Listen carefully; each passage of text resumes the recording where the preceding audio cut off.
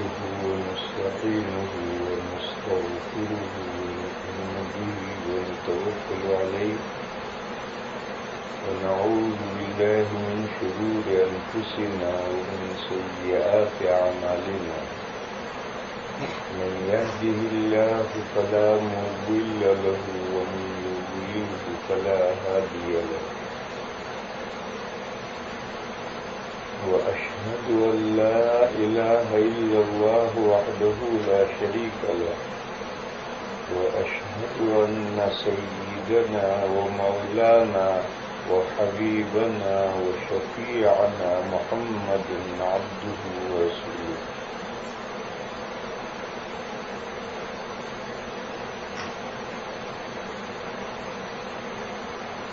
کچھ باتیں کسی وجہ سے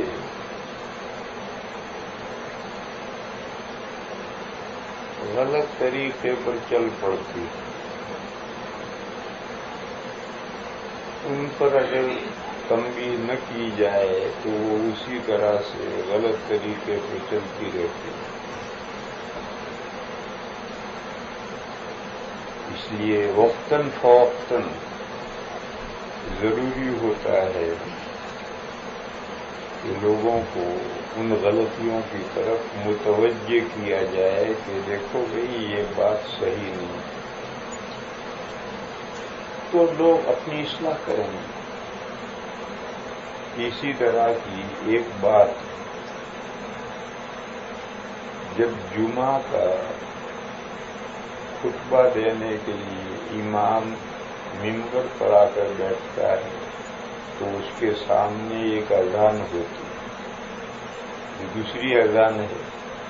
وہ اذان دینے والا امام کے منہ میں گھس کر دیتا ہے. اتنا قریب کھڑا رہتا ہے کہ اگر خدا نہ خواستہ اذان دینے والے کے منہ سے تھوک نکل گیا تو امام کے چہرے پر ہی گئے.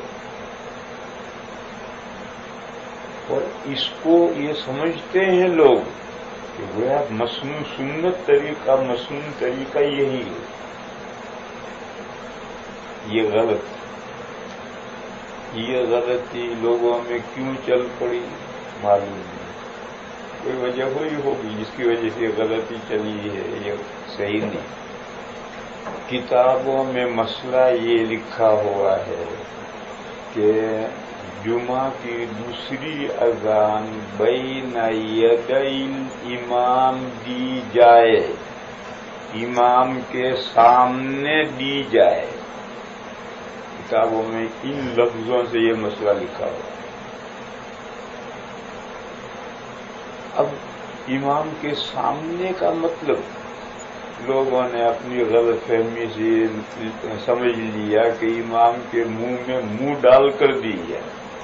اگر دو بالش بھی دور کھڑا ہوگا تو مسنون طریقے پر اذان نہیں دی اس نے، اس کے منہ میں منہ ڈالے تب سامنے ہو.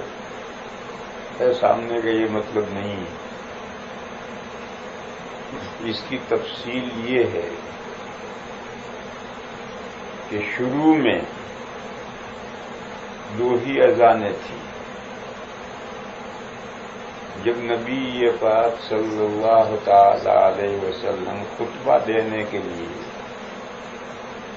منبر پر آ کر تشریف فرما ہوتے تھے تو مسجد کے دروازے کی چھت پر اوپر چڑھ کر کے وہاں اذان دی جاتی. یہ اذان دو مقصد کے لیے تھی. ایک شہر کے بستی کے لوگوں کو یہ اطلاع دینے کے لیے تھی کہ حی علی الصلاۃ، نماز کے لیے آ جاؤ، نماز کا وقت ہو گیا. دوسرے مسجد میں جو آئے ہوئے لوگ نفلوں میں سنتوں میں مشغول تھے ان کو یہ اطلاع دینی تھی کہ نماز سے نمٹا دو، سلام پھیرو، امام صاحب کو تقریر کرنے کے لیے آ گئے ہیں، خطبہ دینے کے لیے آ گئے.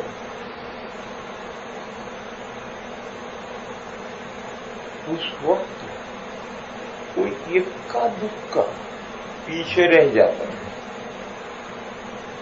ورنہ اکثر مصلی تو آ چکے ہیں پہلے سے. سب مسجد میں نفلیں پڑھ رہے ہیں، سنتیں پڑھ رہے ہیں، کوئی کا رہ گیا تو مسجد کی چھت پر چڑھ کر اذان دی تاکہ ساری بستی میں جو رہ گیا ہے ان سب کو پتہ چل جائے اور ان کو اطلاع ہو جائے کہ بھئی نماز کا وقت ہو گیا، آ جاؤ، تو فٹافٹ وہاں سے آ جاتے ہیں۔ پر زیادہ تر لوگ مسجد میں آ چکے ہیں تو ان کو یہ اطلاع دینی ہے کہ نمازیں ختم کرو، نفلوں میں سنتوں میں جو لگے ہوئے ہو نمازیں ختم کرو۔ امام صاحب خطبہ دینے کے لیے آ گئے ہیں، فارغ ہو کر تقریر سننے کے لیے، خطبہ سننے کے لیے فارغ ہوئے۔ آج کل ہمارا اذان دینے کا طریقہ بھی بدل گیا ہے اور تکبیر کہنے کا طریقہ بھی بدل گیا۔ حالانکہ اذان کہنے کا طریقہ یہ تھا کہ ایک کلمہ زور سے پکار کر کہو اور جتنی دیر میں ایک کلمہ کہو اتنی دیر خاموش کھڑے رہو، سانس لیتے، پھر دوسرا کلمہ اسی طرح سے پکار کر کہو، پھر اتنی دیر خاموش رہو۔ جیسے تراویح میں یہی مسئلہ ہے کہ جتنی دیر آپ نے 4 رکعتیں پڑھی ہیں اتنی دیر آرام کرو، پھر اگلی 4 پڑھو۔ اگر پوری رات نماز پڑھتے رہو گے تھکو گے نہیں۔ جتنی دیر میں 4 رکعت پڑھی ہے نا 10 منٹ میں پڑھی ہے، 10 منٹ آرام کیے، پھر اگلی نیت باندھی تو کبھی بھی نہیں تھکے گا، پوری رات نماز پڑھیں گے تو بھی نہیں تھکے گا۔ ہم جو تھک جاتے ہیں وہ فٹافٹ فٹافٹ فٹافٹ فٹافٹ، بیچ میں ریسٹ ہے ہی نہیں تو تھک جاتے ہیں۔ اور وہ کہتے ہیں کہ 1 گھنٹے میں تھک گئے، اگر 3 گھنٹے پڑھیں گے 20 رکعتیں تو کیا حال ہو جائے گا؟ ارے یہ 1 گھنٹے میں تم نے 20 رکعتیں پڑھی اس لیے تھک گئے، اگر یہی 20 رکعتیں 3 گھنٹے میں پڑھو نہیں تھکو۔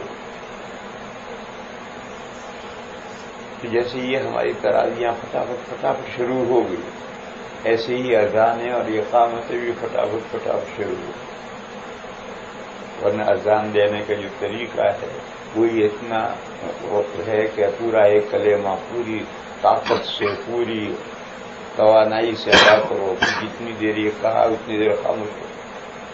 دیکھو ہمارے قاری صاحبان جب ان کو کئی آیتیں پیچھے سے ایک سانس میں ملا کر پڑھنی ہوتی ہیں تو لمبا سانس لے کر پھر شروع کرتے۔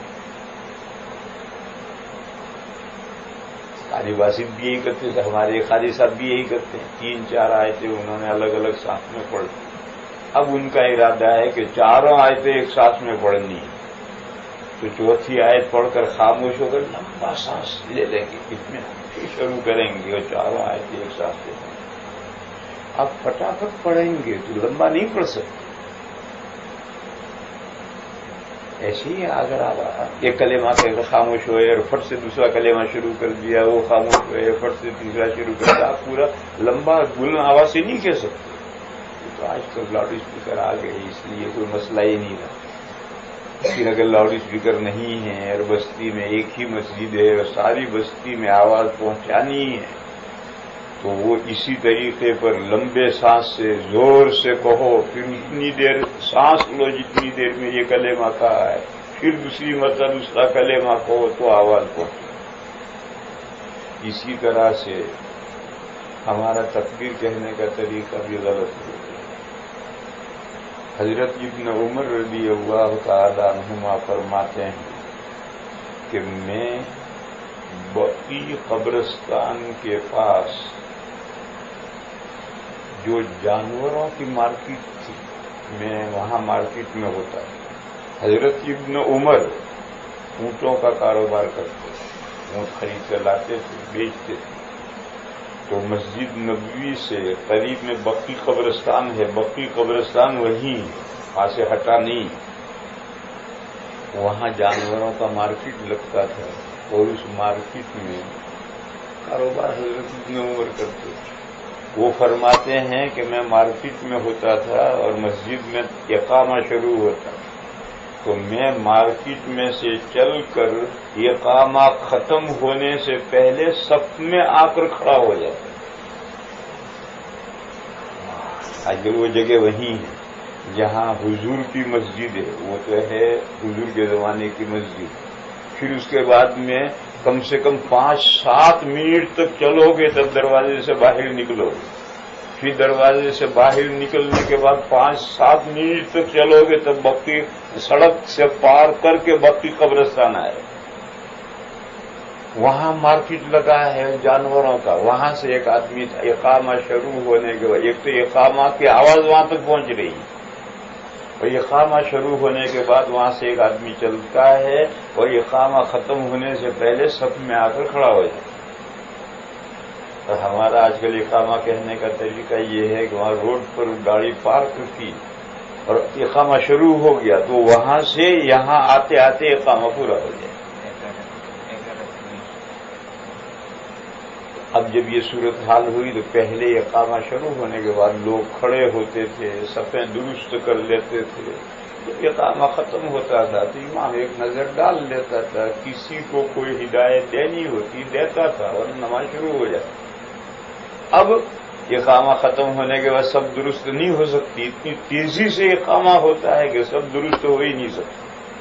تو لوگوں نے یہ کہا کہ پہلے کھڑے ہو جاؤ اور پہلے سب درست کر ڈالو، اور جب سب درست ہو جائے تو اب اقامہ شروع کرو. اوندا کر دیے لے، کیونکہ اقامہ شروع ہونے کے بعد لوگ کھڑے ہوں اور اقامہ ختم ہوتے ہوتے صفیں درست کر دیں. ہمارے اقامہ کا طریقہ غلط ہو گیا ہے، اب وہ صفیں درست نہیں ہو سکتی. تو لوگوں نے طریقہ ہی بدل دیا کہ پہلے کھڑے ہو اور صفیں درست کر لو تب جا کر اقامہ شروع ہو. تو اس وجہ سے یہ ہو گیا. تو میں یہ کہہ رہا تھا کہ حضور کے زمانے میں جب امام ممبر پر آ کر بیٹھتا تھا تو اذان دی جاتی تھی. دروازے پر مسجد کا جو دروازہ تھا اس کی چھت پر مؤذن اوپر چڑھ کر دیتا تھا. اور یہ اذان 2 مقصد سے ہوتی. ایک جو نہیں آیا مسجد میں، ابھی نہیں پہنچا، اس کو اطلاع کرنی ہے، آ جاؤ بھیا نماز کا وقت ہو گیا. اذان سنتے ہی فسعوا الی ذکر اللہ وہ تیزی کے ساتھ چل پڑتا تھا اور اذان ختم ہونے سے پہلے پہلے مسجد میں آ جاتا تھا. 99% لوگ مسجد میں آ چکے. ان کو یہ اطلاع دینا ہے کہ وہ اپنی اپنی نمازیں ختم کریں. جس کی نیتیں بندھی ہیں، اب جو پہلا اسٹیشن آئے وہاں سلام پھر دو. کیوں امام صاحب خطبہ دینے کے لیے آئے ہیں، ان کا خطبہ سننے کے لیے تیار ہے.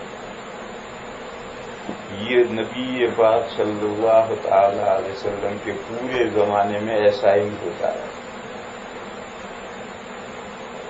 پھر صدیق اکبر کا دور آیا، فاروق اعظم کا دور آیا، اس وقت بھی یہی ہوتا ہے. پھر حضرت عثمان غنی رضی اللہ تعالی عنہ کا دور آیا.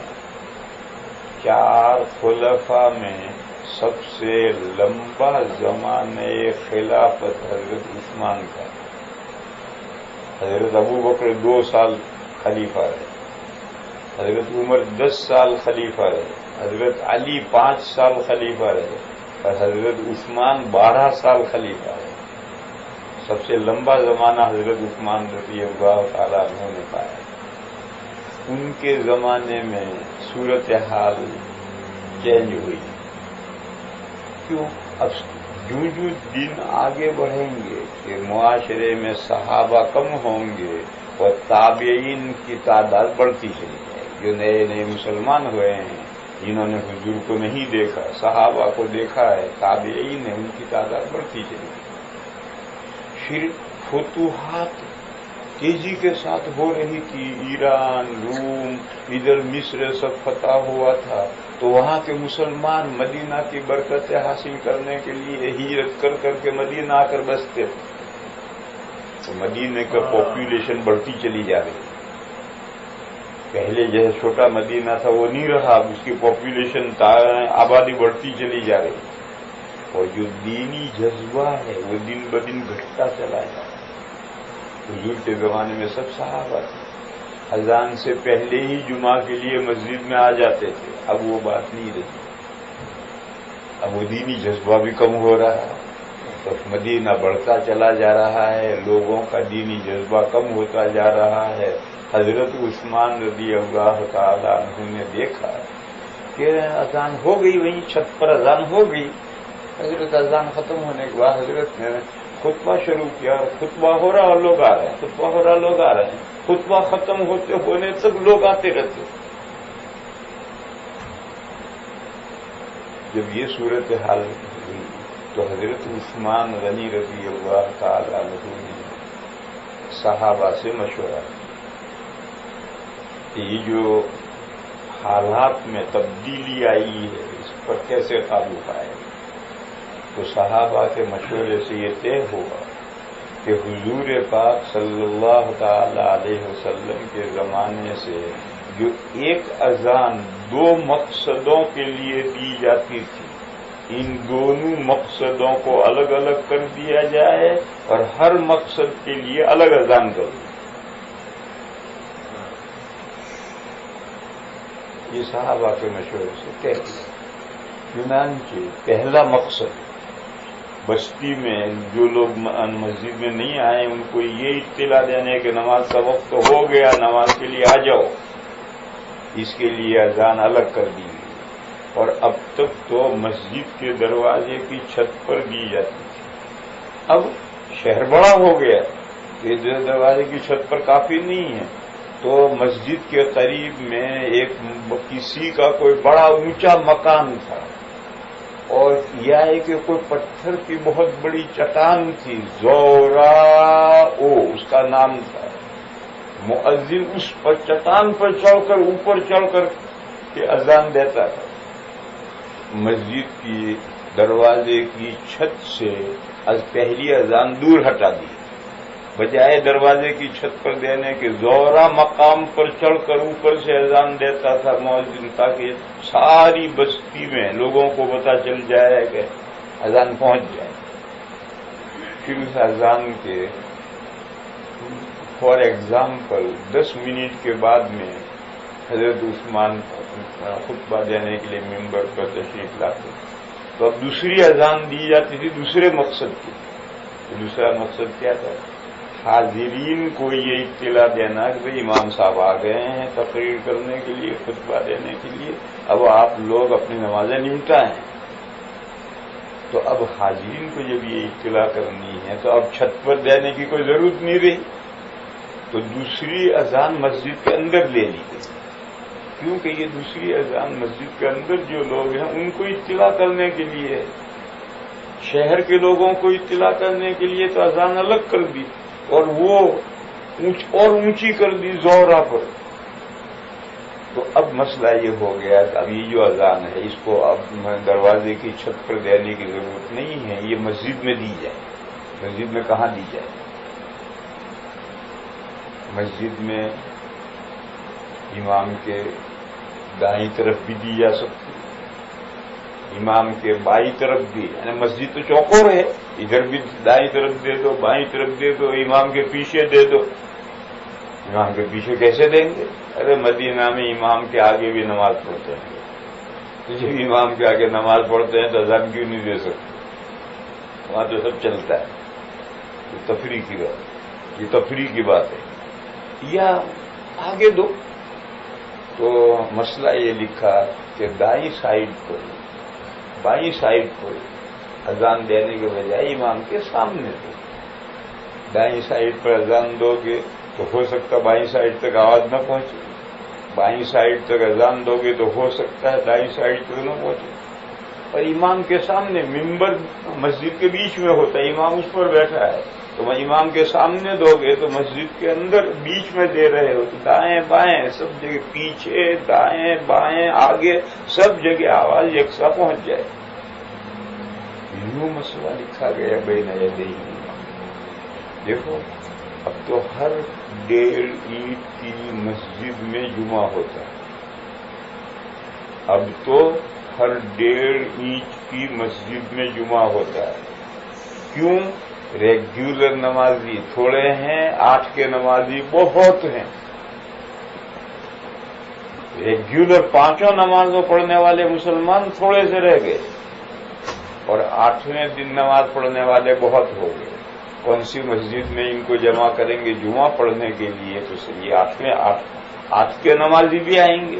اب کوئی مسجد ایسی ہے ہی نہیں کہ جس میں سارے جمع ہوں. کہ مسجد بڑی کیوں نہیں بنے؟ بڑی بنا کر کیا کرتے؟ ریگولر نمازی تو چند ہیں، تو بے حساب مسجد بنا ڈالی اور ایک سب بھی نہیں ہے ریگولر نمازیوں. مسجدیں تو بنتی ہیں ریگولر نمازوں کے انداز سے. پھر 8 کے نمازی آتے ہیں تو مسجد بھر جاتی ہے، آگے باہر سڑک پر بھی لوگ ہو جاتے ہیں. یہ صورتحال بن گئی. ورنہ جتنے مسلمان ہیں سب نماز میں آتے ہیں، تو ہر مسجد اتنی بڑی ہوگی کہ 8ویں دن بھی ان کے لیے اس میں گنجائش ہے. بہرحال یہ جو نمازی قسمیں بن گئے، ایک نمازی ہیں ٹھاٹھ کے، بڑے ٹھاٹھ سے نماز 5 وقتہ نماز پڑھ رہے ہیں، ریگولر نمازی ہیں، کوئی نماز مس نہیں کرتے. دوسرے نمازی ہیں 8 کے، جمعہ کے دن آئیں گے پر برا نہیں کرتے، اچھا کرتے، لیکن جمعہ کے دن بھی فجر میں نہیں آئیں گے، عصر میں نہیں آئیں گے. جس اللہ کی بندگی کرنے کے لیے جمعہ کی نماز میں آتے ہیں تو بہت اچھا کرتے ہیں، لیکن اللہ کے بندوں اس اللہ کو جمعہ کے دن فجر میں کیوں بھول جاتے ہو؟ اس اللہ کو جمعہ کے دن عصر میں کیوں بھول جاتے ہو؟ کیا وہ اللہ نہیں رہا؟ صرف جمعہ میں ہی وہ اللہ معبود ہو گئے. پھر کچھ نمازی ہیں 360 کے، یعنی عید میں آ جائیں گے. ایسے بھی مسلمان ہیں جو جمعہ میں بھی نہیں آتے، عید میں آ جائیں گے 360. اور ایسے بھی مسلمان ہیں جو عید میں بھی کبھی نہیں آئے پوری زندگی، وہ نمازی ہیں کھاٹ کے. کہ وہ مریں گے تو ان کی کھاٹ کی نماز دوسرے پڑھیں گے، انہوں نے زندگی پر نہیں پڑھی. وہ کھاٹ کے نمازی ہیں، جو وہ مریں گے تو ان کی چارپائی کی نماز دوسرے لوگ پڑھیں گے، انہوں نے زندگی پر نماز نہیں پڑھی.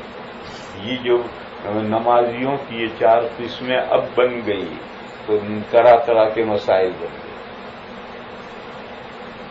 جب سارے لوگ ایک مسجد میں جمعہ پڑھنے کے لیے آئیں گے تو بستی بہت بڑی ہے، تو یہ جو مسجدوں میں دائیں بائیں 2 مینار بنانے کا طریقہ ہے، یہ اسی زمانے کا ہے. 2 اذان دینے والے، ایک اس مینارے کے اوپر چڑھتا تھا، ایک اس مینارے کے اوپر چڑھتا تھا، یہ دونوں ایک ساتھ اذان دیتے تھے. یہ کہے گا اللہ اکبر اللہ اکبر، یہ خاموش ہوا تو وہ کہے گا اللہ اکبر اللہ اکبر. اس کی اس مینارے کی آواز اس طرف کے شہر میں جائے گی، اس مینارے کی آواز اس طرف کے شہر میں جائے گی. یہ 2 میناروں کا دہلی کی جامع مسجد، بڑی بڑی مسجدیں ان میں 2 مینارے ہیں. وہ 2 مینارے اس لیے تھے کہ 2 مؤذن ایک ساتھ اذان دیتے.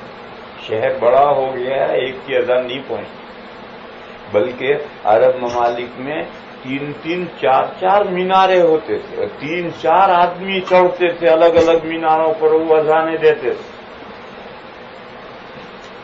اسی طریقے سے جب جمعہ پڑھنے کے لیے مجمع آتا تھا تو امام کے سامنے ایک اذان نہیں ہوتی تھی. امام کے سامنے مسجد اتنی بڑی، مجمع اتنا بڑا ہے کہ ادھر اذان ہو رہی ہے، ادھر ہو رہی ہے، ادھر ہو رہی ہے، ادھر ہو رہی ہے. امام منبر پر بیٹھا ہے، 3 4 آدمی اذانیں دے رہے ہیں. اور کتابوں میں یہ جملہ لکھا ہے فَإِذَا سَكَتَ الْمُؤَذِّنُونَ خَطَبَ الْإِمَامُ. یہ سب اذانیں دینے والے جب چپ ہو جائیں تب امام کھڑا ہو کر کے خطبہ. تو کتابوں میں جمع کا لفظ لکھا ہے اذا سکت المؤذنون. مقصد کیا تھا؟ مقصد ہے سب لوگوں تک آواز پہنچانا.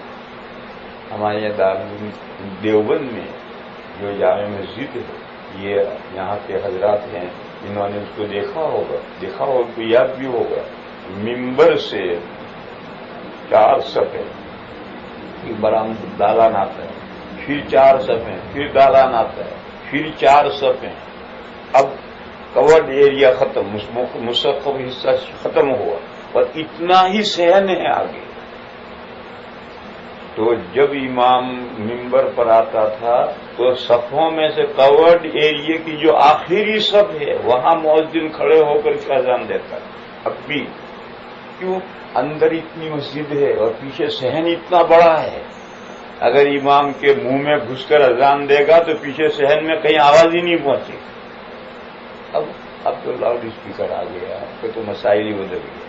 لیکن جب ہم طالب علم کا لاؤڈ اسپیکر تھی تو جب ہمیشہ جو کورڈ ایریا ہے اس کے آخری صف میں کھڑا ہو کر کے مؤذن اذان دیتا تھا تو اندر بھی ساری آواز اور صحن میں بھی ساری آواز کہ بھئی امام آ گیا، نماز ختم کرو. تو امام کے سامنے کا مطلب یہ ہے کہ اگر دائیں سائڈ پہ اذان دو گے تو ہو سکتا بائیں سائڈ تک آواز نہ پہنچے، اور بائیں سائڈ پر دو گے تو ہو سکتا دائیں سائڈ پر اذان نہ پہنچے، اور امام کے منہ میں گھس کر کے دو گے تو ہو سکتا ہے پیچھے تک نہ پہنچے، اور بالکل پیچھے کھڑے ہو کر دو گے تو ہو سکتا آگے نہ پہنچے. لہذا امام کے سامنے ایسی جگہ پر کھڑے ہو کر اذان دینی ہے جہاں سے چاروں طرف پوری مسجد میں آواز پہنچ جائے، اطلاع ہو جائے کہ امام صاحب آ گئے ہیں، نمازیں ختم کرو، نمازیں خطبہ سننے کے لیے تیار ہو. اصل مسئلہ یہ. پھر اب تو لاؤڈ اسپیکر کا زمانہ ہے، لاؤڈ اسپیکر کا زمانہ نہیں تھا تب بھی امام کے منہ میں گھس کر کے اذان دوسری اذان دیتے ہیں، اور سامنے کا مطلب ہی یہ غلط سمجھتے کہ سامنے کا مطلب ہے کہ منہ میں گھسو اس کی. اس لیے اس مسئلے کو اچھی طرح سمجھ لینا چاہیے. سامنے کا مطلب یہ ہے میں یہاں بیٹھا ہوں، یہ بھی سامنے ہے، دوسرے صف والے بھی سامنے، وہ آخری وہ بھی سامنے، اور یہ سائڈ پر ہے اور یہ سائڈ پر ہے.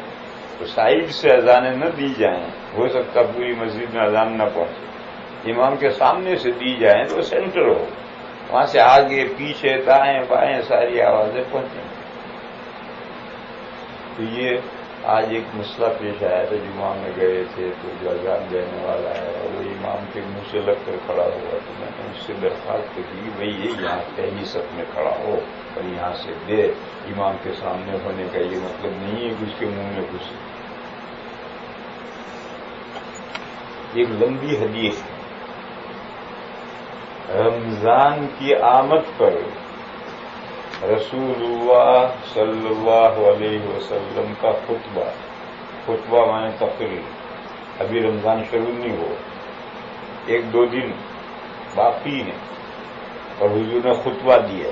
یہ خطبہ جمعہ کے دن دیا ہو ایسا ضروری نہیں، مستقل حضور نے خطبہ دیا ہو ایسا بھی ہو سکتا ہے. حدیث میں یہ بیان نہیں ہے کہ یہ خطبہ جمعہ کے دن حضور نے دیا تھا، ایسی کوئی صراحت نہیں. بس یہ ہے حضرت سلمان فارسی کہتے ہیں خطبنا رسول اللہ صلی اللہ علیہ وسلم فی آخر یوم من شعبان. نبی پاک صلی اللہ تعالی علیہ وسلم نے شعبان کی آخری دن میں 29 یا 30 جو بھی شعبان کا آخری دن ہے اس میں حضور نے ہمارے سامنے یہ تقریر کی. جمعہ کا دن بھی ہو سکتا ہے، شعبان کا جو آخری دن ہو جمعہ کا دن بھی ہو سکتا ہے، اور یہ جو حضور نے خطبہ دیا ہے یہ جمعہ کا خطبہ ہو یہ بھی ہو سکتا ہے، اور یہ بھی ہو سکتا ہے کہ جمعہ کا دن نہیں، مستقل حضور نے یہ تقریر فرمائی ہو شعبان کے آخری دن میں.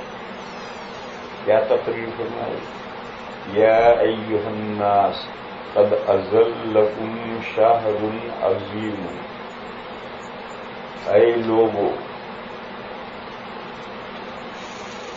عظیم الشان مہینہ تم پر سایہ فگن ہوا. سایہ کو جانتے ہو؟ اب گندم کے معنی ڈالنا، سایہ فگن معنی سایہ ڈالنے والا، یعنی بہت بڑا مہینہ آیا ہی چاہتا ہے. قد اذلکم شہر عظیم، ایک بہت بڑا مہینہ. حضور نے رمضان کے مہینے کو بہت بڑا مہینہ فرمایا کہ بہت بڑا مہینہ تم پر سایہ فگن ہوا چاہتا ہے، آنے ہی والا.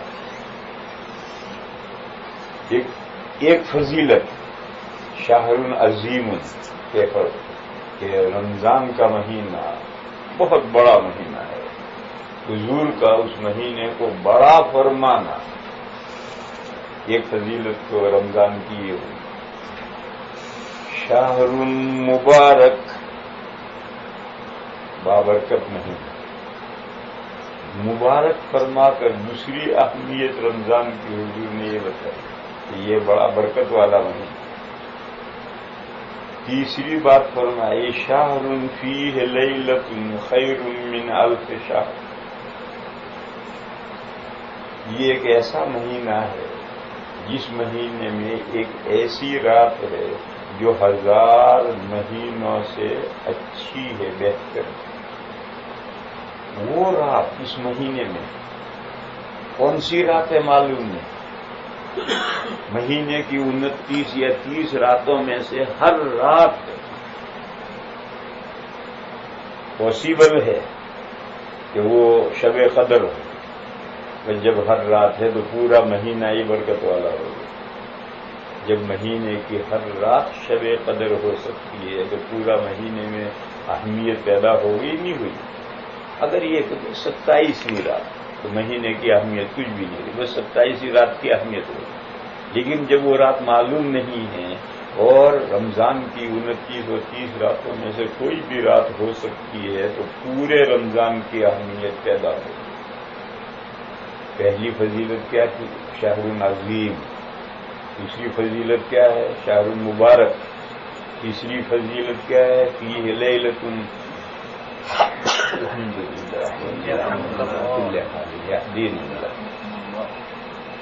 تیسری فضیلت یہ ہے کہ فیہ شہر خیر من الف شہر۔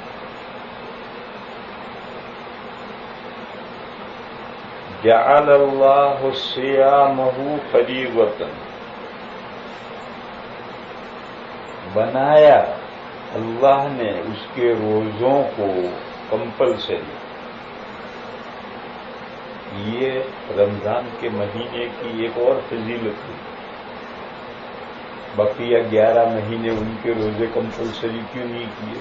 روزے تو ہر مہینے میں پورا سال روزے رکھنے، 5 دن روزے مکروہ تحریمی، ذی الحجہ کی 10 تاریخ، 11 تاریخ، 12 تاریخ، 13 تاریخ، 4 دن، اور شوال کی پہلی تاریخ عید الفطر کی، یہ 5 دن مکروہ تحریمی ہے روزہ رکھنا۔ اس کے علاوہ پورے سال روزے رکھنے ہیں، مگر کمپلسری رمضان کے روزے اللہ نے کیے، باقی 11 مہینے کے روزے کمپلسری نہیں کیے۔ معلوم ہوا کہ رمضان کے روزے میں، رمضان کے مہینے میں کوئی سرخاب کا پر لگ رہا ہے، رمضان کے مہینے میں کوئی خصوصیت پائی جا رہی ہے، اس لیے رمضان کے روزے اللہ تعالیٰ نے فرض کیے۔ یہ رمضان کی فضیلت ہے۔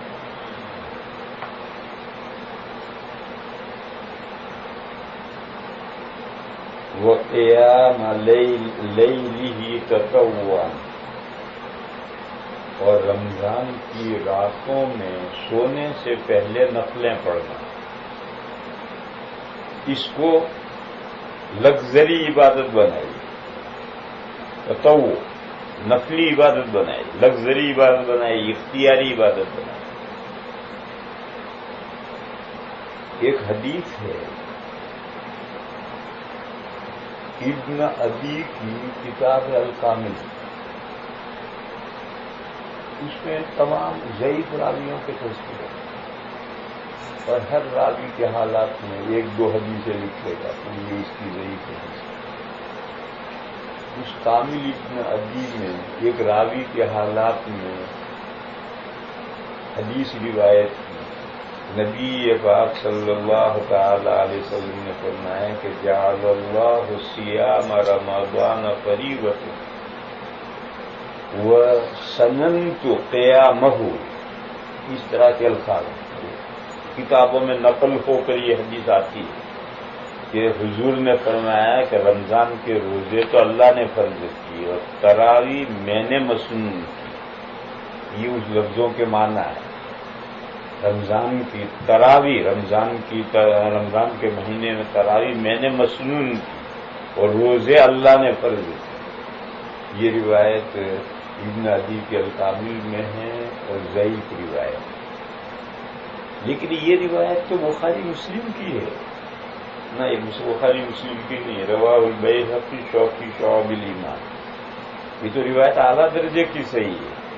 حضور نے فرمایا کہ اللہ تعالی نے رمضان کے مہینے کے روزے کمپلسری کیے فریضۃ وقیام لیلہ تطوعا، اور اللہ نے، میں نے نہیں، اللہ نے اس مہینے کی راتوں میں نفلیں اختیاری عبادت کے طور پر گردانی.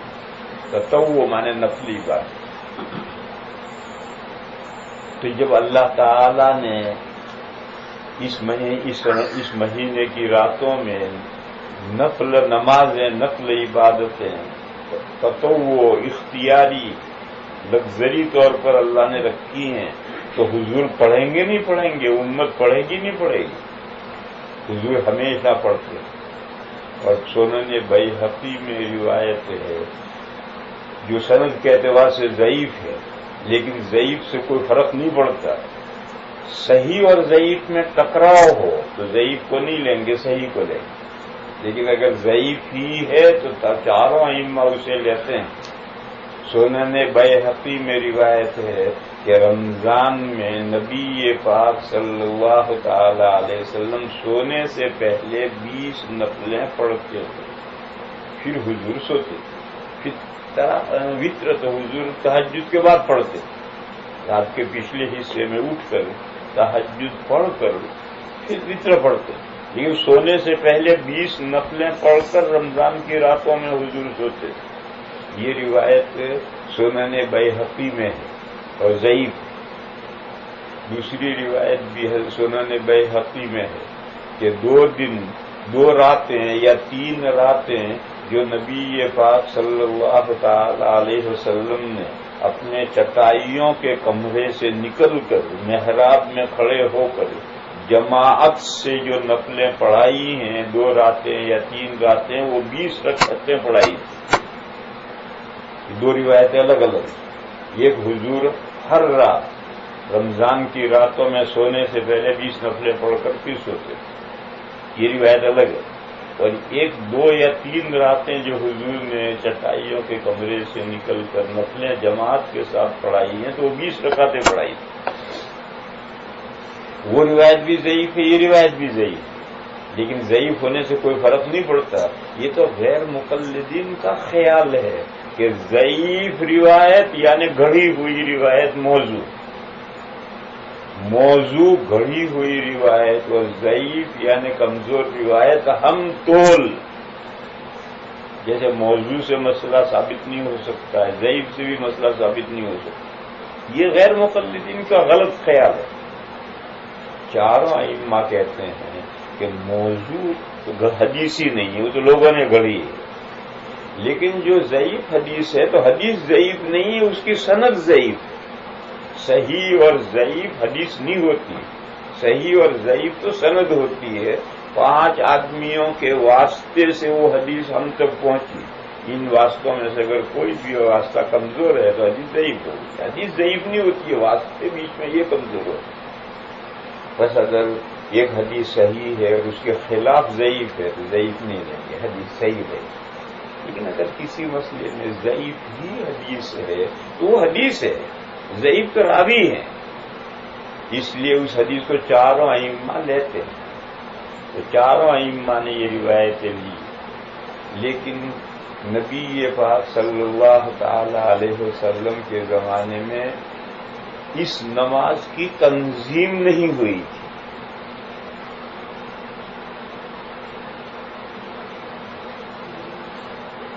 حضور نے 2-3 راتیں پڑھائی اور یہ اندیشہ ہوا کہ لوگوں کا جو رجوع ہے، لوگ دن بدن بڑھتے چلے جا رہے ہیں، تو کہیں اللہ تعالیٰ اس نماز کو ضروری نہ کرے.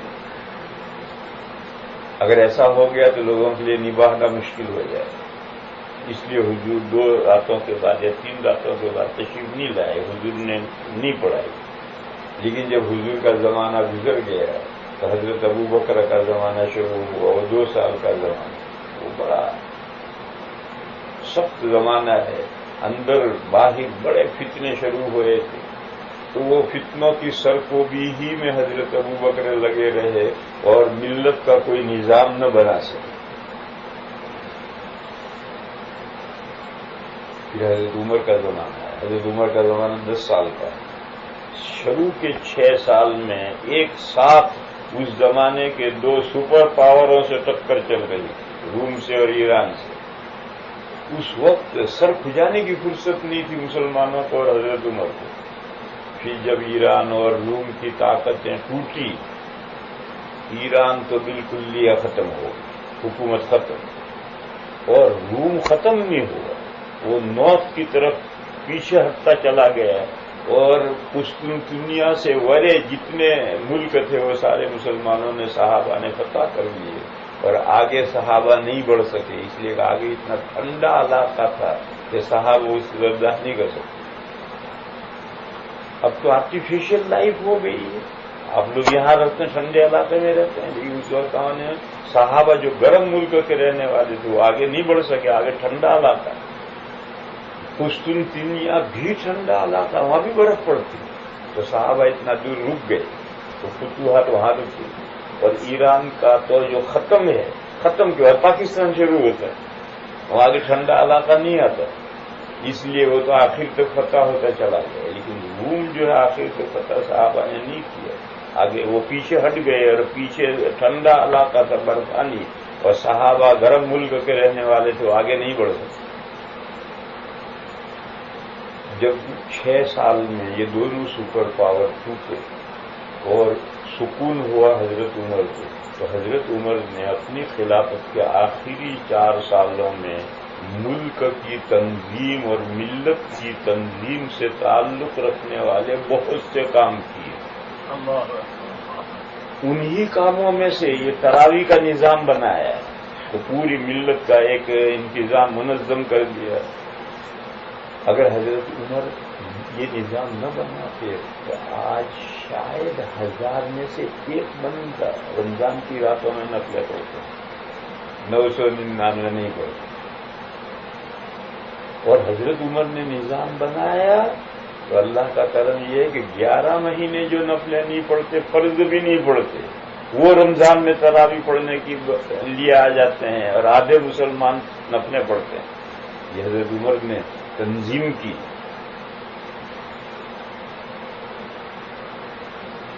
تو میں یہ کہہ رہا تھا کہ یہ حدیث یہ کہہ رہی ہے کہ رمضان کے روزے اللہ نے فرض کیے ہیں، اور رمضان کی راتوں میں نفلیں بھی اللہ نے وہ نفل گردانی ہے۔ وہ حدیث اگر ضعیف بھی ہے تو اس سے کوئی فرق نہیں پڑتا، یہ حدیث تو صحیح ہے۔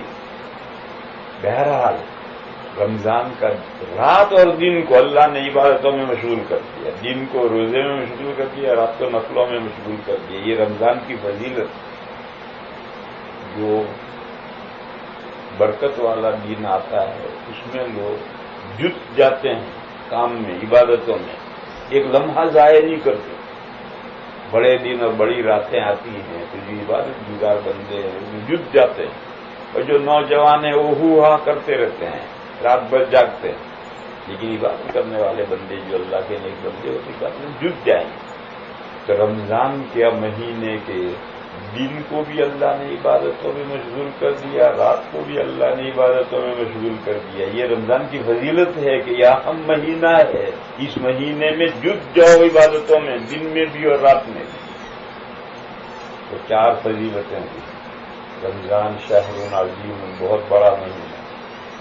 رمضان شہر مبارک، حضور فرما رہے ہیں برکت والا مہینہ۔ رمضان میں شب قدر ہے جو 1000 مہینوں سے بہتر ہے، اور وہ ہر رات شب قدر ہو سکتی ہے، لہذا پورا مہینے میں اہمیت پیدا ہو۔ چوتھی، اللہ نے اس کے روزوں کو اور اس کے نفلوں کو، رات کے نفلوں کو مقرر کیا، روزوں کو فرض رکھا، اس کو نفل رکھا۔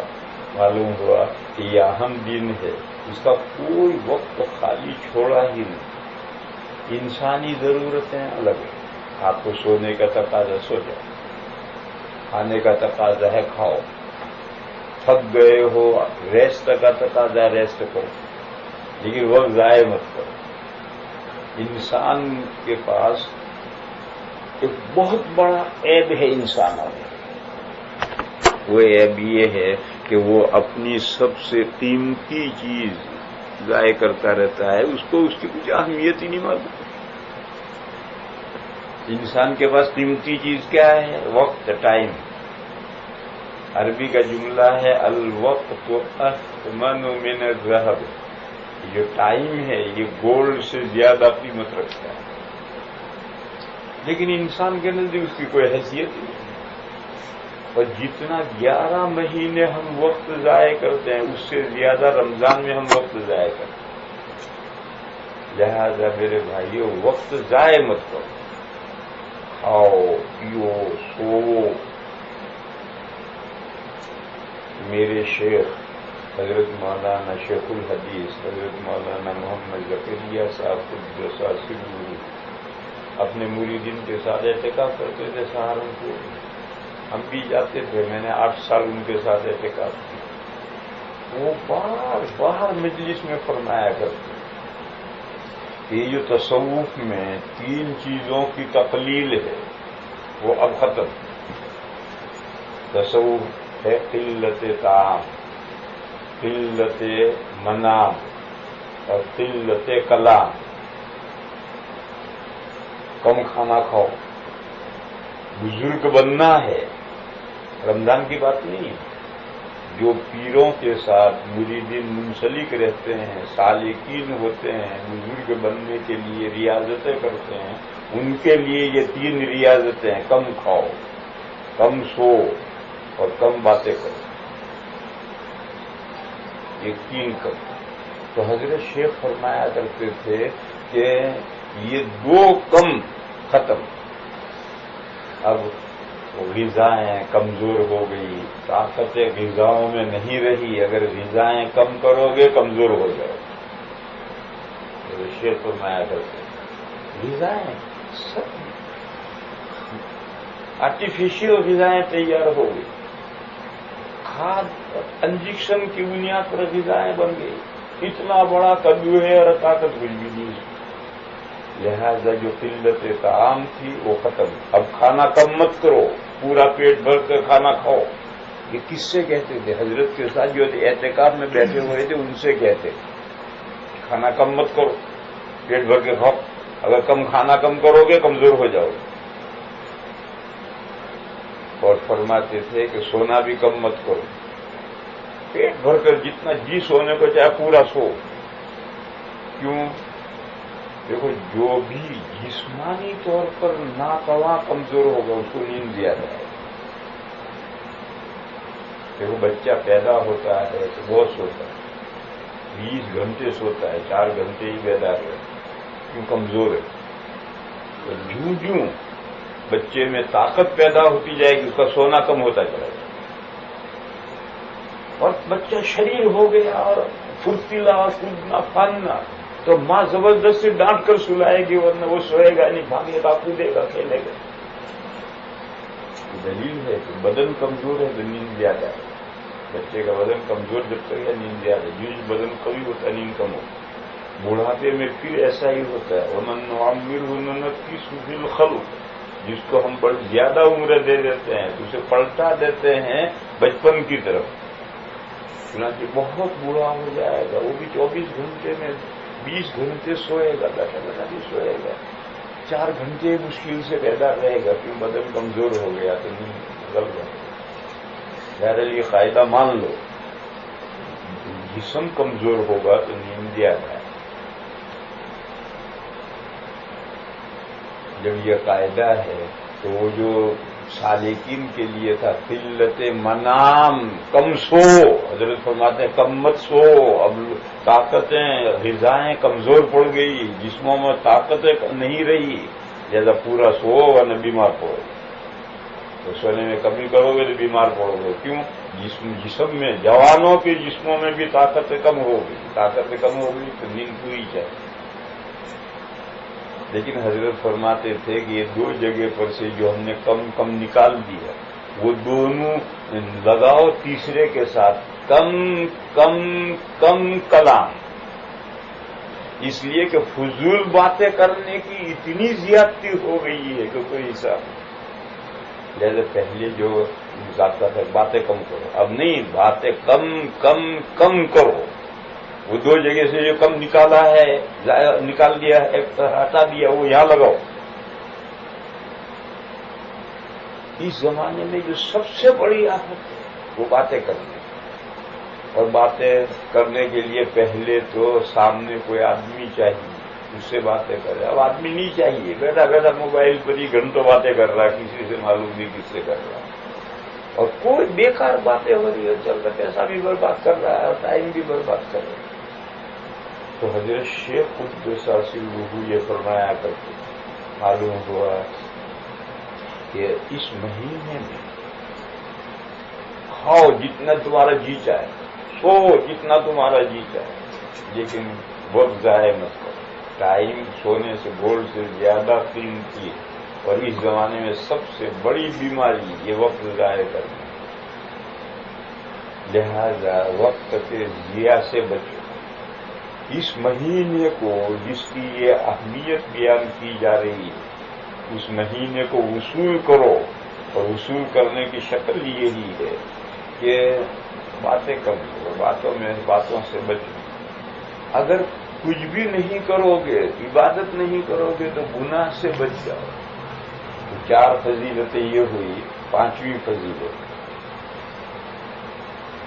اس مہینے میں جو بندہ خیر کا کوئی کام کرتا ہے، نفلی عبادت کرتا ہے، تو دیگر 11 مہینوں میں فرض کا جتنا ثواب ملتا ہے، اتنا اس مہینے میں نفل عبادت کوئی بھی نماز، روزہ تو نہیں، نماز، خیرات، تلاوت، کوئی بھی نفل کام کرو تو دوسرے مہینوں میں فرض کا جتنا ثواب ملتا ہے اتنا ثواب نفل کا ملتا ہے۔ اس مہینے میں ثواب کی اہمیت، نیک کاموں کا ثواب بڑھ گیا، یہ بھی اس مہینے کی فضیلت ہے۔ فرمایا کہ من تقرب فیہ بخصلۃ من الخیر کان کمن ادی فریضۃ فیما سواہ، اور فرمایا کہ اس مہینے میں فرض عبادت کریں گے، فرض روزہ رکھتے ہیں، فرض نمازیں پڑھتے ہیں، زکوٰۃ فرض دیتے ہیں، تو دیگر مہینوں میں 70 ٹائم ایک فرض ادا کرنے کا جتنا ثواب ہے، اس مہینے میں ون ٹائم ایک مرتبہ فرض ادا کرنے کا اتنا ثواب۔ آپ نے ظہر کی 4 رکعت پڑھی رمضان میں، اور ظہر کی 4 رکعت پڑھی شعبان میں، تو شعبان میں ظہر کی 4 رکعت پڑھی، اس کا ثواب ملا۔ اس رمضان شعبان میں ظہر کی نماز کا آپ 70 ٹائم پڑھیں اور 70 ٹائم آپ کو ثواب ملے، اتنا ثواب رمضان میں ظہر ایک مرتبہ ظہر پڑھنے کا ثواب ملتا ہے۔ یہ بھی رمضان کی اہمیت ہے، یہ سب رمضان کی اہمیتیں بیان ہو رہی ہیں۔ اب 6 اہمیتیں ہوئی رمضان کی۔ ایک، حضور نے اس مہینے کو عظیم بہت بڑا مہینہ فرمایا۔ دوسری، حضور نے اس مہینے کو مبارک مہینہ فرمایا۔ تیسری اہمیت، اس مہینے میں شب قدر ہے، وہ رمضان کی کوئی بھی رات ہو سکتی، بس یہ رمضان کی اہمیت۔ چوتھی، رمضان کے روزے اللہ نے فرض کیے ہیں اور رمضان کی نفلیں اللہ نے تطوع کی۔ مدد کرو بھائی، ان کی اٹھو، سارے بیٹھے رہو گے، اب سب اٹھ جاؤ گے،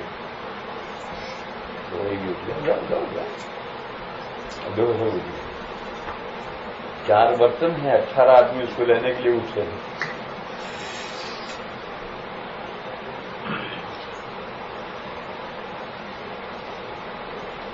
تو رمضان کا مہینہ پورا عبادتوں میں مشغول کر دیا، کوئی وقت خالی نہیں چھوڑا، نہ دن کا نہ رات کا۔ یہ 20 مہینے کی اہمیت ہو گیا۔ 5ویں رمضان میں کوئی بھی نفل کام عبادت کرے، فرض کا ثواب، اس کی اہمیت۔ 6 رمضان میں فرض کا ثواب 70 ٹائم بڑھ جاتا ہے۔ دوسرے مہینوں میں فرض ادا کرنے کا جو ثواب ملتا ہے، رمضان میں اسی فرض کے ادا کرنے کا ثواب 70 گنا ہو جاتا ہے۔ 6 فضیلت اور سنو، یہ اس مہینے کی فضیلت بیان کر کے حضور نے فرمایا وَهُوَ شَهْرُ الصَّبْرِ وَالصَّبْرُ ثَوَابُهُ الْجَنَّةُ وَشَهْرُ الْمُوَاسَاةِ وَشَهْرُ يُزَادُ فِيهِ رِزْقُ الْمُؤْمِنِ مَنْ فَطَّرَ فِيهِ صَائِمًا كَانَ لَهُ مَغْفِرَةٌ لِذُنُوبِهِ وَعِتْقُ رَقَبَتِهِ مِنَ النَّارِ۔ اس کے بعد حضور نے فرمایا کہ یہ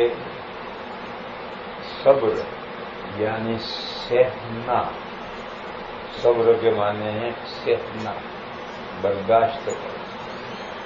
یہ سہنے کا مہینہ ہے، برداشت کرنے کا۔ یہاں بھی یہ غلطی ہم لوگوں نے کر رکھی ہے کہ صبر کا مطلب ہے کوئی مر جائے تو بت بنے بیٹھے رہو، آنکھ میں سے آنسو نہیں نکلنا چاہیے، اس کا نام صبر ہم نے کر دیا۔ بس صبر کا یہ مفہوم کر لیا ہم نے کہ کوئی مر جائے تو بت بنے بیٹھے رہو، آنکھ میں سے آنسو نہ نکلے، تو یہ بڑا صبر ثابت ہے۔ یہ صبر، یہی صبر نہیں ہے۔ صبر کے معنی ہے ہمت سے کام لینا، جو بھی پریشانی آئے اسے سہنا، برداشت کرنا۔ ہر پریشانی سینہ سپر ہو کر کے اس پریشانی کو سہنا، برداشت کرنا، اس کا نام صبر۔ کسی کا انتقال ہو گیا اس وقت بھی ہمت رکھنا، جزا فضا نہ کرنا، رونا دھونا حد سے آگے، رونا دھونا نہ کرنا۔ ایک تو ہے رونا، وہ تو سنت، کسی کے مرنے پر رونا سنت، لیکن رونا دھونا جس کو اردو میں کہتے ہیں، ہو ہا، آنکھ سے آنسو تو کچھ نہیں ہے، سارا محلہ سر پہ اٹھا لیے، یہ رونا دھونا یہ حرام۔ سب آیا، غم کی بات آئی، آنکھ دل پسیج گیا، آنکھ سے آنسو بہہ رہے ہیں، یہ سنت ہے۔ اس سے دل کا صدمہ آنسو کے راستے سے بہہ جاتا ہے تو دل ہلکا پڑ جاتا ہے۔ نبی پاک صلی اللہ تعالی علیہ وسلم کے صاحبزادے حضرت ابراہیم کا جب انتقال ہوا ہے تو حضور کی گود میں انتقال ہوا، تو حضور کی دونوں آنکھوں سے آنسو بہ رہے ہیں۔ تو کسی کے مرنے پر آنسو بہنا یہ تو سنت، رونا دھونا یہ حرام۔ جس کو واہ ویلا کرنا، نوحہ کرنا، ماتم کرنا، یہی رونا دھونا، تو یہ تو جائز نہیں۔ لیکن سب نے تو ہمت سے برداشت کر لیا، یہ بھی صبر ہے۔ میدان میں دشمن سے لوہا لے رہا، دم دبا کر بھاگنے کے بجائے سینہ سے پر ہو کر کے حملہ کرے دشمن پر، یہ بھی صبر ہے۔ سورہ آل عمران کی آخری آیت ہے یا ایھا الذین آمنوا اصبروا وصابروا ورابطوا واتقوا اللہ لعلکم۔ دشمن کے سامنے آمنا سامنا ہو تو صابروا، ڈٹ کر کے مقابلہ کرو، اور تنہا ہو، مقابلے میں کوئی نہ ہو، کوئی صدمہ پہنچے تو اصبروا۔ تو دشمن کے مقابلے میں جو ہے، دشمن چاہے ظاہری ہو چاہے ہیڈن چھپا ہوا دشمن شیطان، اور شیطان سے بڑا دشمن انسان کا اپنا نفس ہے۔ انسان کا اپنا جو نفس ہے یہ شیطان سے بڑا دشمن ہے. ان دونوں سے ٹکر لینا، شیطان سے مقابلہ کرنا، نفس سے مقابلہ کرنا، یہ بھی صبر. بہرحال صبر کے ماننا کمپریہنسو ہے، وسیع مفہوم ہے صبر، اور وہ مفہوم میں نے بتایا. ہر وہ بات جو طبیعت کے خلاف ہے اور شریعت کا تقاضا ہے، طبیعت کو پیچھے ڈالنا اور شریعت کے حکموں پر عمل کرنا، یہ صبر ہے. کھانے کو جی چاہے، شریعت کا حکم ہے رمضان آیا روزے رکھو، یہ روزے رکھنا یہ صبر ہے. ہمت کرے گا تو رکھے گا. جو لوگ ہمت نہیں کرتے وہ رمضان میں بھی کھاتے پیتے رہتے ہیں، روزے نہیں رکھتے. مال نکالنے کو کس کا جی چاہتا ہے؟ چمڑی آدمی دینے کے لیے تیار ہوتا، دمڑی نہیں دیتا. مگر سال پورا ہوا، آج نفس کہتا ہے ارے چھوڑے سال تو پورے ہوتے رہتے ہیں، نہیں اللہ نے کہا فرض زکات فرض ہو گئی، زکات ادا کرو. اب نفس سے ٹکر لے کر کے زکات نکالنی، یہ سب صبر ہے. تو حضور پاک صلی اللہ تعالی علیہ وسلم نے فرمایا کہ یہ صبر کا مہینہ. رات کو جی جاتا ہے سونے کو، جلدی سے عشاء پڑھ کر جا کر پڑھ کر سو جائیں. نفلیں کوئی ضروری ہے پڑھے؟ آدمی سوچتا ہے کہ نفلیں کوئی ضروری پڑھے، اور آدمی سستی کر کے جا کے سو جاتا ہے. جو صبر کا مہینہ، ہمت سے کام لو. ضروری اور ضروری میں فرق تو ہوتا ہے، باقی سب ضروری ہے. کھانا ضروری ہے، اور کھانے پر دسترخوان پر جو تم طرح طرح کے آئٹم رکھتے ہو گے، لکڑ ہضم، پتھر ہضم، یہ چورن وہ چورن، یہ چٹنی وہ چٹنی، یہ سالن وہ سالن، دنیا بھر کے سالن، ضروری ضروری اور ضروری کے درجے ہوتے ہیں. جیسے کھانا ضروری ہے، نہیں کھائیں گے تو مر جائیں گے، یہ ضروری کا درجہ اور ہے. اور دسترخوان بچھائیں گے تو مختلف کھانے سالن ہوں گے تو مزے سے کھائیں گے، یہ بھی ضروری ہے. مگر یہ ضروری اس ضروری کے درجے کا نہیں ہے، مگر ہے ضروری. تو عشاء کی نماز بھی ضروری ہے، مگر یہ ضروری کا درجہ ہے. اور عشاء کے بعد میں تراویح بھی ضروری ہے، مگر اس ضروری کا درجہ اور ہے. مگر ہیں وہ بھی ضروری، یہ بھی ضروری. لیکن وہ پہلا ضروری ہے، اس کو ادا کرنے کے لیے زیادہ ہمت سے کام نہیں لینا پڑتا. مگر یہ دوسرا ضروری ہے، اس کے لیے ہمت سے کام لینا پڑتا. لہذا یہ صبر کا مہینہ ہے. تراویح پڑھے گا جو ہمت رکھے گا، ہمت سے کام لے گا، وہ تراویح پڑھے گا. روزے رکھنا بھی صبر ہی کسی کے، صبر کرے گا تو روزے رکھے گا. بہرحال حضور نے فرمایا کہ یہ صبر کا مہینہ ہے، اور صبر کا ثواب جنت. وہ شہر الصبر والصبر ثوابہ الجنہ.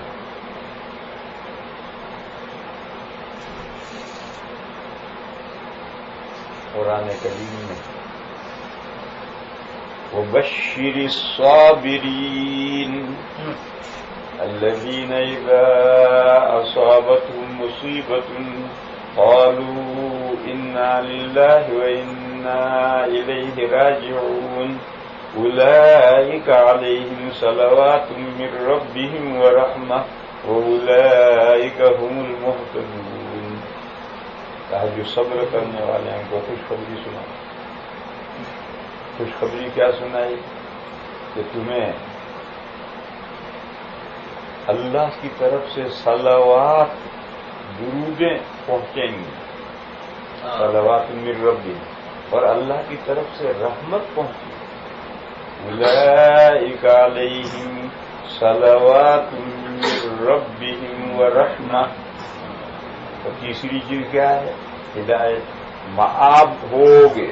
وَأُولَئِكَ هُمُ الْمُهْتَدُونَ.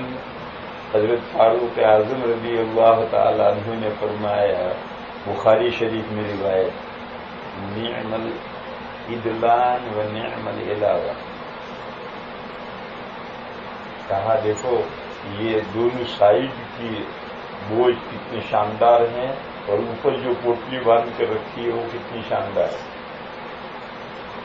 اونٹ جو ہوتا ہے اونٹ کے اوپر سامان نہیں رکھا جائے، باندھا جاتا کہ اوپر ڈھوب ہے تو ڈھوب پر کہاں رکھو گے؟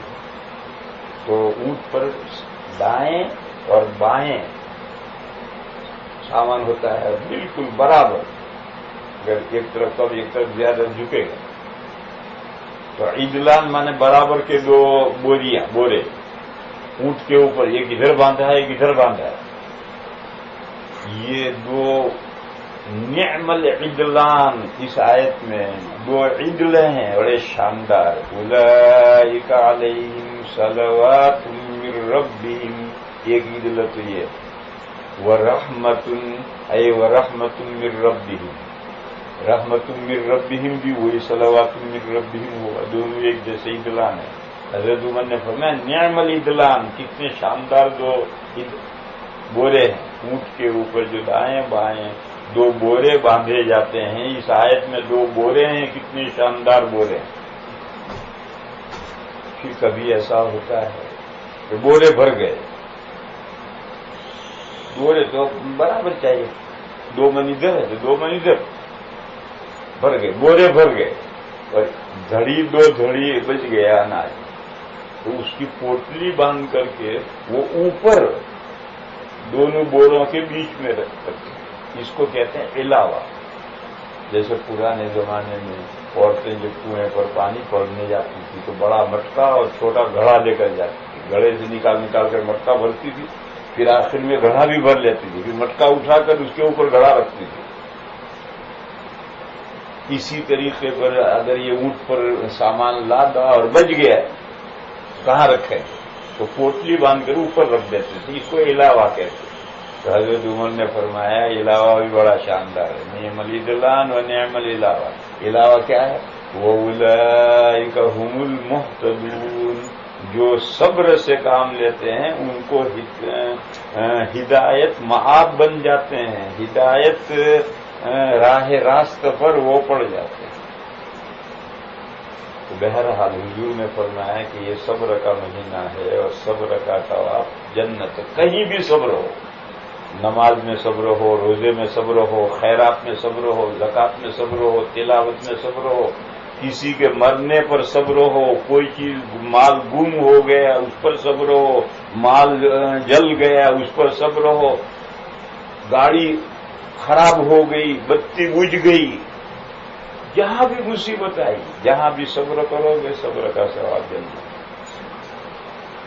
یہ گویا 3 حکم ہوئے، 4 تو فضیلتیں ہوئی، ابھی حدیث باقی ہے.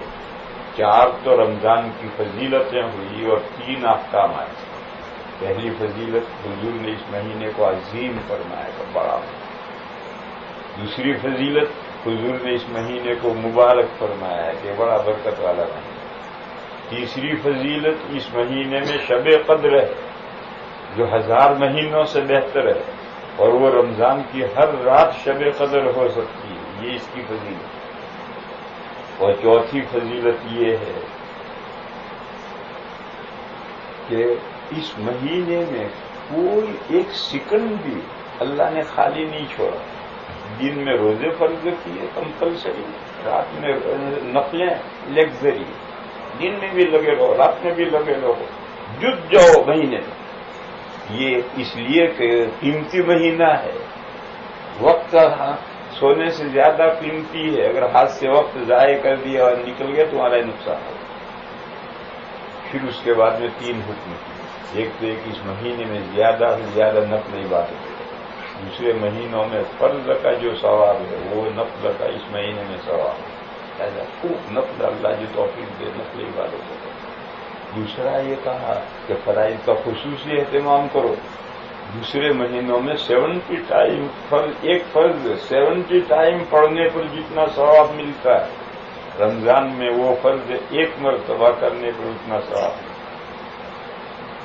اسی لیے مسلمان عام طور پر زکاتیں اسی مہینے میں نکال دیتے ہیں، کیونکہ 11 مہینے میں $1 کا $70 کا جو ثواب ہے وہ رمضان میں زکات کے $1 نکالنے کا اتنا ثواب. تو پہلا حکم ہے کہ اس مہینے میں عبادت نفلی عبادت خوب کرو. دوسرا یہ کہ فرائض اہتمام سے کرو، اہتمام سے فرضوں کو ادا کرو، اس کا 70 گنا ثواب ہو جائے۔ اور چوتھا یہ کہ یہ صبر کا مہینہ ہے، برداشت کا مہینہ ہے، ہر لائن میں صبر سے کام لو، کیونکہ صبر کا ثواب جنت ہی ہے، اس کے علاوہ کوئی دوسرا ثواب نہیں۔ یہ 3 حکم دیے، اس مہینے میں نفل عبادتیں کرو، اس مہینے میں فرضوں کا اہتمام کرو، اس مہینے میں صبر و ہمت اور برداشت سے کام لو، فرائض ادا کرنے میں بھی اور نوافل ادا کرنے میں بھی، اور صبر کا ثواب جنت۔ وآخر دعوانا الحمدللہ۔